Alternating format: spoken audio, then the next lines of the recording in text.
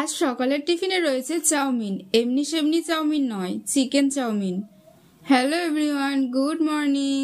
আমি পিঙ্কি। আমার এই ছোট্ট মিনি ব্লগে তোমাদের সকলকেই ওয়েলকাম। অল্প চাউমিন ছিল বাড়িতে। কালকে রাত্রে চিকেন রান্না করেছিলাম।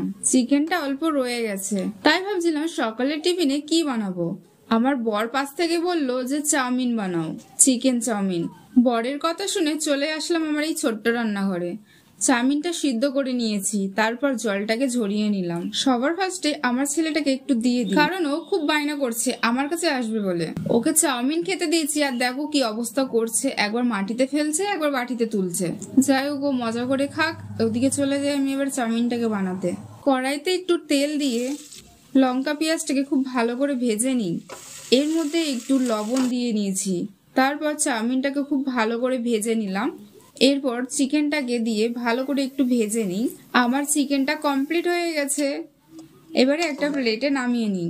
কেমন হয়েছে দেখতে জানিও অবশ্যই, আর আমি খেয়ে অবশ্যই বলবো কেমন টেস্ট হয়েছে। দেখো তো, দেখতে তো খুব ভালোই লাগছে, তাই না বলো? এরপর এর উপর থেকে একটু পেঁয়াজ আর শসা কুচি ছড়িয়ে দিলাম।